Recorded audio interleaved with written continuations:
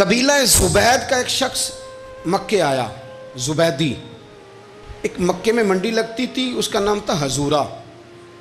یہ جو حضورہ منڈی تھی، اس منڈی پر ابو جہل کا قبضہ تھا۔ آج کل تو نہیں قبضہ ہوتا منڈیوں پر کسی کا، حضورہ نامی منڈی پہ نا ابو جہل کا قبضہ تھا۔ اونٹ بڑے خوبصورت تھے، شاندار تھے۔ اس نے کہا میں نے بولی دینی۔ ابو جہل نے اعلان کیا خبردار کوئی بولی نہ دے۔ بڑی دور تھا قبیلہ زبید، وہ آدمی واپس لے جا نہیں سکتا تھا، مجبور ہو گیا۔ ابو جہل کہنے لگا چوتھا حصہ قیمت دوں گا اور اونٹ تمہیں دے کے جانے پڑیں گے، یعنی اگر لاکھ کے ہیں تو 25,000 کے دو۔ بندہ بڑا پریشان ہوا، چودھریوں سے بات کی تو کہنے لگے بدماش بڑا ہے، ہم شریف لوگ ہیں، شریف اور بزدل میں، بزدلی کو شرافت کا نام نہ دو، پکی بات کر رہا ہوں، شریف اور بزدل میں شریف ضرور بنو پر بزدل نہ بنو۔ جی ہم جی شریف لوگ ہیں جی، وہ کیا مطلب؟ کوئی پاس نہ آیا، وہ بیچارہ نہ کونے میں بیٹھ کے رونے لگ گیا، کہنے لگا میں کدھر جاؤں یارو، میں واپس بھی نہیں لے جا سکتا، اور چوتھے حصے میں دے کیسے جاؤں، اتنا نقصان۔ وہ رو رہا تھا تو کہیں حضرت زید بن ارقم نے سن لیا۔ آپ فرمانے لگے کیوں روتا ہے؟ کہنے لگا یار میں نے تو اہل عرب کی تعریف سنی تھی، میرے ساتھ کھڑا ہی کوئی نہیں ہوتا۔ تو آپ فرمانے لگے تو نے عربی دیکھا ہی کب ہے؟ اگر کائنات کا حسین و جمیل عربی دیکھنا ہے تو جا حرم مکہ میں بیٹھا ہے، مکھ چند بدر شاشانی ہے تے متھے چمک دی لاٹ نورانی، کالی زلف تے اکھ مستانی، مخمور اکھی ہیں نا مد بریاں سبحان اللہ، ما اجمل کا ما احسن کا ما اکمل، کتھے مہر علی تے کتھے تیری ثنا، مشتاق اکھی کتھے جال۔ تو نے دیکھا کب ہے؟ اگر عربی دیکھنا ہے نا تو وہ بیٹھا ہے، جا کے حرم میں ٹیک لگائے، مظلوموں کے والی، غریبوں کے ماوا، رسول رحمت، ایک سادی سی چادر اوڑے حضور بیٹھے تھے۔ وہ زبیدی کہتا میں آیا، نبی کریم کو بات سنائی، حضور فرمانے لگے این الجمل کا، او کدھر ہے تیرے اونٹ؟ عرض کی حضور وہ وہاں ہیں۔ فرمایا چل نا۔ حضور کوئی بولی نہیں لگا رہا، کوئی خرید نہیں رہا، ابو جہل گھنٹا پڑا اس کے ڈر سے سہم گئے۔ حضور فرمانے لگے چل نا میں بولی لگاتا ہوں۔ اور دیکھو نرخ بازار محبت کا انوکھا ہو گیا، خود خریداروں شامل آ کے مولا ہو گیا۔ نبی کریم نے حضرت سعد بن ابی وقاص کو بلایا، حضرت عمر کو، حضرت ابو بکر کو، مدد کے لیے نہیں۔ حضور فرمانے لگے میری جیب میں پیسے تھوڑے ہیں، ظاہری طور پہ تھوڑے ہیں، ورنہ تو کائنات کے خزانوں کی کنجیاں حضور کے پاس، تھوڑے تھوڑے پیسے دو بھی بولی دینی ہے۔ سب سے پیسے لیے میں چلو بولی لگانے چلے۔ حضور آئے، اللہ اکبر، یہ میرے رسول کا طریقہ ہے، آؤ ذرا تھوڑی دیر کے لیے سوچیں۔ ابو جہل بیٹھا ہے بڑی مسند پہ، قربان جاؤں مدینے والے حبیب۔ وہ زبیدی کہتا اس کے کپڑے مہنگے تھے، حضور کے سادے تھے، اس نے بڑی پگڑی باندھی تھی، حضور کی سادی تھی۔ کہتے ہیں وہ آنکھیں اٹھا کے بات کرتا، مدینے والے نبی آنکھیں جھکا کے بات کرتے۔ وہ بولتا جاتا، حضور تھوڑے تھوڑے سادے سادے ٹھہر ٹھہر کے جملے بولتے۔ کہتے ہیں نبی کریم علیہ السلام اس کے ساتھ آ کے حضور بیٹھ گئے اور فرماتے ہیں میرے رسول کریم نے اپنا جبہ سیدھا کیا، پگڑی کو حضور نے سیدھا کیا اور فرمایا چل لگا بھائی بولی۔ ایک اس نے لفظ بولے، پھر حضرت ابو بکر نے بولی دی، پھر حضرت عمر نے دی، پھر سعد بن ابی وقاص نے دی، پھر زید بن ارقم نے دی، پھر رسول کریم نے دی۔ وہ کہتا ہے جتنے میں بیچنا چاہتا تھا نبی پاک نے ڈبل میں میرے اونٹ خریدے، ڈبل میں اونٹ خریدے میرے رسول۔ سلام اس پر کہ جس نے دشمنوں کو بھی قبائیں دی، سلام اس پر کہ جس نے گالیاں سن کر دعائیں دی۔ اور میرے اعلیٰ حضرت کہنے لگے جاؤ جا کے اعلان کر دو، غم زدوں کو رضا مجدہ دیجئے کہ ہے بے کسوں کا سہارا ہمارا، بے کسوں کا سہارا، جاؤ غم زدوں کو رضا مجدہ دیجئے کہ ہے بے کسوں کا سہارا۔ رسول کریم صلی اللہ علیہ وسلم نے نا خریدا مال، اور حضور سید عالم وہاں سے نکلے، اور نکلتے وقت حضور فرمانے لگے ابو جہل تیری آج شکایت آئی ہے، آج کے بعد نہ آئے، مکہ سارا اس کے ساتھ ہے، حضور کی مخالفت ہو رہی ہے، 40 لوگ ہیں صرف کلمہ پڑھتے، اور دین کا کام دار ارقم میں قید ہو کے کرنا پڑتا ہے، لیکن جب ظالم کے خلاف نکلے ہیں تو پھر دار ارقم میں بند ہو کے نہیں، پھر میدان میں نکلے اور فرمایا آج کے بعد تیری شکایت نہ آئے۔ کہنے لگا جی بالکل نہیں آئے گی۔ میں آپ کو موقع نہیں دوں گا. حضور چلے گئے تو پیچھے سارے کافر اس کے گرد اکٹھے ہو گئے, کہنے لگے ہم پہ تو بڑا روب ڈالتا ہے, اب تجھے کیا ہوا, پانی پانی ہو گیا, تو کیا کون سا سانپ سونگ گیا, بولا ہی نہیں. کہنے لگا مجھے لات و منات کی قسم, جب مصطفیٰ کریم میرے پاس آئے تو ان کے ساتھ ایسی ایسی طاقتیں تھیں, نیزے تھے, برچیاں تھیں, بھالے تھے, مجھے لگتا تھا میں نے سی کی تو میرے ٹکڑے ٹکڑے کر دیں. کہنے لگے جا پاگل ہو گیا, ان کے پاس تو چھڑی بھی کوئی نہیں تھی, وہ تو خالی ہاتھ ہیں, بکواس کرتا ہے, کچھ بھی نہیں تھا. کہنے لگا مانو نہ مانو, ان کے پاس بڑا کچھ تھا. اور اگلی بات جو اس نے کی وہ تاریخ میں محفوظ ہے, وہ تاریخ میں محفوظ ہے, وہ تاریخ میں محفوظ ہے, وہ تاریخ کا حصہ ہے. ابو جہل کہنے لگا اٹھتے ہی کہ مجھے لگتا ہے جب تک محمد ابن عبداللہ موجود ہیں یہ ہمیں ظلم نہیں کرنے دیں گے, یہ ہمیں کوئی زیادتی کرنے, تاریخ میں محفوظ ہے جملہ ابو جہل کا. کہنے لگا جب تک یہ موجود ہے ہمیں کوئی زیادتی کرنے. حضرت فرمایا کرتے تھے زندہ نبی کے ماننے والوں زندہ بن کے زندگی گزارو. زندگی زندہ دلی کا نام ہے, مردہ دل کیا خاک جیا کرتے. جو قومیں سر اٹھا کے جیتی ہیں وہ زندہ ہوتی ہیں. اس لیے اپنی زندگی میں حق کے خود اختیاری پیدا کریں, جینا سیکھیں, لڑنا سیکھیں, میدان میں رہنا سیکھیں. سہم سہم کے وقت نہیں گزرے گا, ظلم سہنے سے بھی ظالم کی مدد ہوتی ہے. لہٰذا حق لینا سیکھیں, حق پر کھڑے ہونا سیکھیں, اپنے مزاج میں یہ باتیں پیدا کریں. مجھے خاتون نے پوچھا, میرا بھائی کہتا ہے حصہ لے لے پھر میرے مرے کا منہ نہ دیکھنا. میں کہا پتر تو حصہ لائے نہ منہ ویکھی ہوتا, کوئی ضرورت نہیں, منہ ایسے ظالم کا منہ ویسے بھی نہیں دیکھنا چاہیے جو بہنوں کا حصہ کھا جائے. میں نے کہا تو منہ دیکھنے کی کوئی ضرورت, یہ کوئی بلیک میلنگ ہے. ابا کہتا ہے حصہ لے لو منہ نہ دیکھنا. میں کہا بالکل نہ ویکھی, تو بلکہ آنکھ میں ویکھنا بھی نہیں چاہتی, تو ادھر رکھ, اللہ رسول نے مقرر کیا میرا حصہ. کیا فلسفہ ہے ہمارا, جو بات غلط ہے اس پہ لوگوں کو بلیک میل کرتے ہو. جائز بات پہ ڈٹنا سیکھو. آپ جب ڈٹ جاتے ہیں نا تو پھر اللہ مدد کرتا ہے, پھر اللہ تتنزل علیہم الملائکہ, پھر اللہ فرشتے بھی نازل کرتا ہے. حضور نے فرمایا جو جان کی حفاظت کرتے مر گیا وہ بھی شہید, جو مال کی حفاظت کرتے مر گیا وہ بھی شہید, جو دین کی حفاظت کرتے مر گیا وہ بھی, جو خاندان کی, اپنے گھر کی, اپنے بچوں کی حفاظت کرتے مر گیا وہ بھی. تو اتنا بڑا درجہ حضور نے بیان کر دیا ہے. حضرت معاذ ابن جبل حضور کے بڑے پیارے صحابی ہیں, وہ بھی طاعون کے مرض سے دنیا سے گئے, ان کو طاعون کا وہ مرض ہو گیا تھا.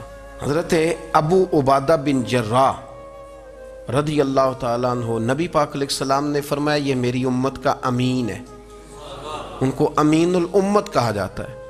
اور 10 مبشرہ صحابی ہیں, ان 10 لوگوں میں شامل ہیں جن کے لیے نبی پاک علیہ السلام نے فرمایا تھا میرا تمہارے ساتھ وعدہ ہے, رب تمہیں جنت عطا فرمائے. 10 مبشرہ صحابی اور اتنے بڑے صحابی کہ انہوں نے میدان احد کے اندر اپنے والد کو قتل کیا تھا. لوگوں نے کہا آپ نے اپنا باپ مار دیا, فرمایا باپ نہیں مارا, میں نے اپنے محبوب کا دشمن مارا ہے. اتنے پکے عقیدے کے بندے کہ باپ کو قتل کرنا پڑا تو دین کے رستے میں اسے بھی قتل. حضرت ابو بکر صدیق رضی اللہ تعالیٰ عنہ فرمایا کرتے تھے جب آپ امیر المومنین تھے, فرماتے تھے اگر میں اپنی جگہ کسی بندے کا بیٹھنا پسند کرتا ہوں تو ابو عبادہ بن جراح کا بیٹھنا پسند کرتا ہوں. ہمارے اتنا تگڑا آدمی. ملک شام کے اندر طاعون کی بیماری پھیل گئی, آپ بھی اس وقت وہیں قرب و جوار کے علاقوں میں تھے.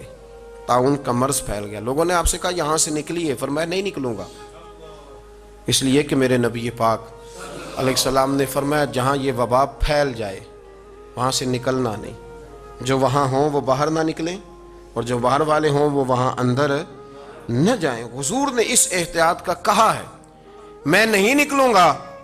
اور مسند امام احمد بن حنبل کی حدیث ہے, نبی پاک صلی اللہ علیہ وسلم نے فرمایا جو طاعون سے ڈر کے بھاگا وہ اس طرح ہے جس طرح اللہ کے رستے میں جہاد کو چھوڑ کے بھاگنے والا.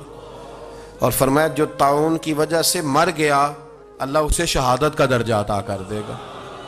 حضرت ابو عبادہ بن جراح امین الامت, فرمایا نہیں جاؤں گا. لوگوں نے کہا یہاں طاعون پھیل گیا ہے, تو فرمایا میرے رب کی قدرت ہے, اس کی حکمت ہے, اسے بھی تو پتہ ہے نا اس کا بندہ یہاں موجود ہے, پھیل گیا تو اس کی حکمت ہے, اس کی قدرت ہے. میں کہہ چکا ہوں کہ احتیاطی تدابیر ساری استعمال کریں, لیکن خوف کھانا, سوار کر لینا چیزوں کو دماغ پر, نفسیاتی ہو جانا, یہ معاملہ درست نہیں ہے. حضرت ابو عبادہ بن جراح مسجد میں نماز کے لیے جا رہے تھے تو رستے میں پھنسی نکلی اور مسجد میں پہنچنے سے پہلے وصال کر گئے. حضرت معاذ بن جبل جو بعد میں خود طاعون کی بیماری سے تشریف لے گئے, آپ نے ان کا جنازہ پڑھایا. امام نبوی فرمایا کرتے تھے میں جب بھی حضرت ابو عبیدہ بن جراح کی قبر پہ جاتا ہوں تو میرے دل پہ روب طاری ہو جاتا ہے.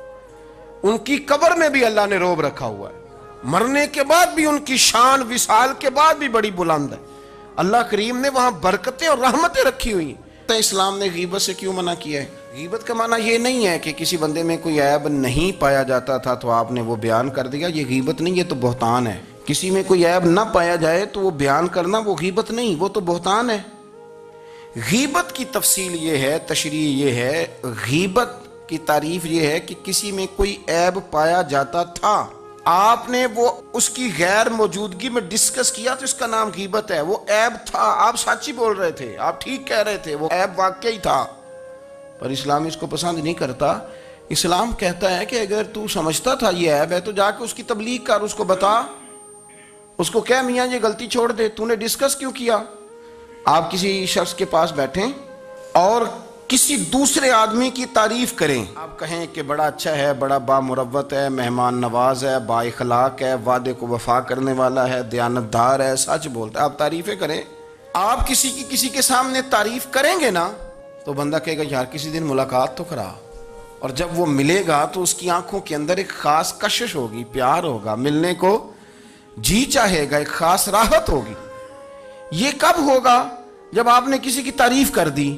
لیکن اگر آپ کسی کی غیبت کریں گے, کسی کے بارے میں کہیں گے بڑا غلط ہے جی, لوٹ لیتا ہے جی, چور ہے جی, فاسق ہے جی, تو بندہ اگر کبھی مل بھی گیا تو اس سے سلام لینے کو دل. ہم نے پتہ کیا کیا, تیزی سے فروغ پایا ہے ہمارے ہاں نفرت کا ماحول.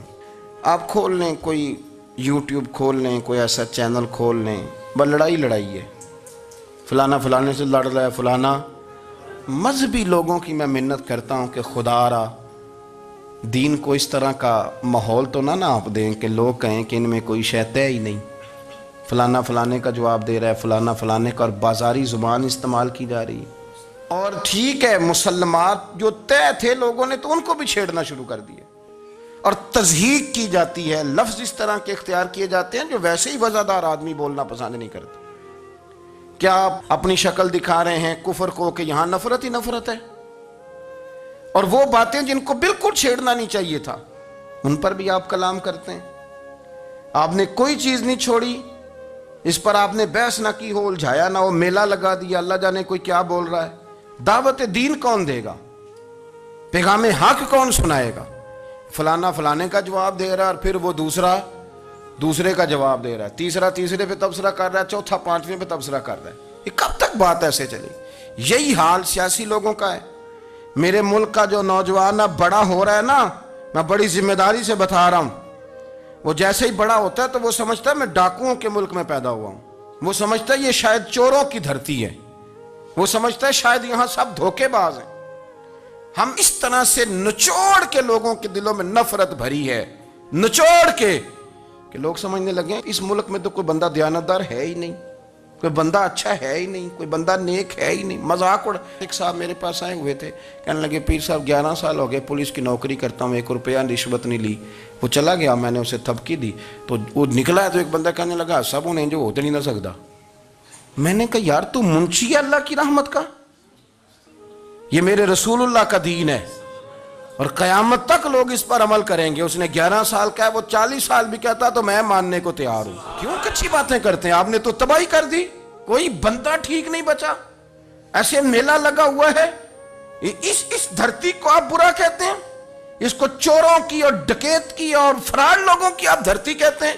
یہ وہ دھرتی ہے جس نے داتا گنج بخش علی حجویری جیسے لوگ رکھے ہوئے, یہ وہ دھرتی ہے جہاں بابا فرید جیسے لوگ بستے ہیں. کیا بات کرتے ہیں صاحب, یہ اتنے بزرگ ترین لوگ یہاں بستے ہیں اور آپ کیا بات کرتے ہیں؟ دیکھیں میں بالکل ہی غیر سیاسی اور غیر جانبدار رہتا ہوں ملکی معاملات میں, لیکن جس شخص نے پاکستان کو ایٹمی قوت بنانے کے لیے, اب تو بڑی عمارت ہو گئی ہے, غربت میں جس بندے نے کام شروع کیا تھا کہ ایٹمی طاقت بن جائے, اس نے کوئی کام کیا کہ نہیں کیا؟ آپ کو پاورفل بنایا کہ نہیں بنایا؟ کبھی تبصرہ ہوتا ہے اس پر بھی؟ ہمیں لاکھ اختلاف صحیح, ہم بھی بات کرتے ہیں مخالفت میں, لیکن تباہی نہیں اتار دی ہم نے, توہین کر کر کے, نفرت پھیلا کے. اس سے پہلے جو حکومت گئی, ایسا نہیں ہے کہ انہوں نے کوئی کام بھی ایسا نہیں جو اچھا نہ کیا ہو. ایسا نہیں ہے. میں ملک بھر میں سفر کرتا رہتا ہوں, میں دیکھتا ہوں بہت ساری جگہیں ایسی ہیں, بہت سارے دیہات ایسے ہیں جس میں بڑے بڑے شاندار روڈ بنائے گئے, کام کیا گیا. ان کی 99 خامیاں اپنی جگہ پر, خوبی کا بھی تو ذکر کریں. یہی حال اس گورنمنٹ کا ہو رہا ہے. لاٹھ لے کے لوگ ہیں, یہ بھی گندا وہ بھی گندا. یہ آپ کس طرح کی بات کر رہے ہیں؟ آپ نے تو ملک کو یہ نام دے دیا ہے کہ یہاں کوئی اچھا انسان بستا ہی نہیں. مولوی ہیں تو سارے برے ہیں, پیر ہیں تو سارے برے ہیں. کیا بات کرتے ہیں صاحب؟ یہ میرے رسول اللہ کی قوم ہے, یہ نبی پاک کی امت ہے, اور حضور نے فرمایا میری امت کبھی گمراہی پر جمع نہیں ہوگی. یہ نہیں ہو سکتا سارے لوگ ہی غلط ہو جائیں. لیکن ہم نے تباہی اتار دی. جس کے ہاتھ میں سپیکر آتا ہے وہ سب کی پگڑیاں اچھالنا ضروری سمجھتا ہے. جس کے ہاتھ میں قلم آتا ہے وہ کہتا ہے چونکہ میں لکھ رہا ہوں تو میں اکیلا ٹھیک ہوں, باقی سارے غلط ہیں. محبت کو فروغ دیں, پیار کریں, اخوت کا رنگ دیکھیں. حاتم طائی کی بیٹی مجرم بن کے آئی تھی, مجرم بن کے, کلمہ نہیں پڑھتی تھی, اور اس کو سامنے کھڑے کر کے میرے نبی پاک نے فرمایا تیرا باپ کلمہ نہیں پڑھتا تھا پر اس میں عادتیں اچھی پائی جاتی تھیں, اس کی صفات ٹھیک تھیں.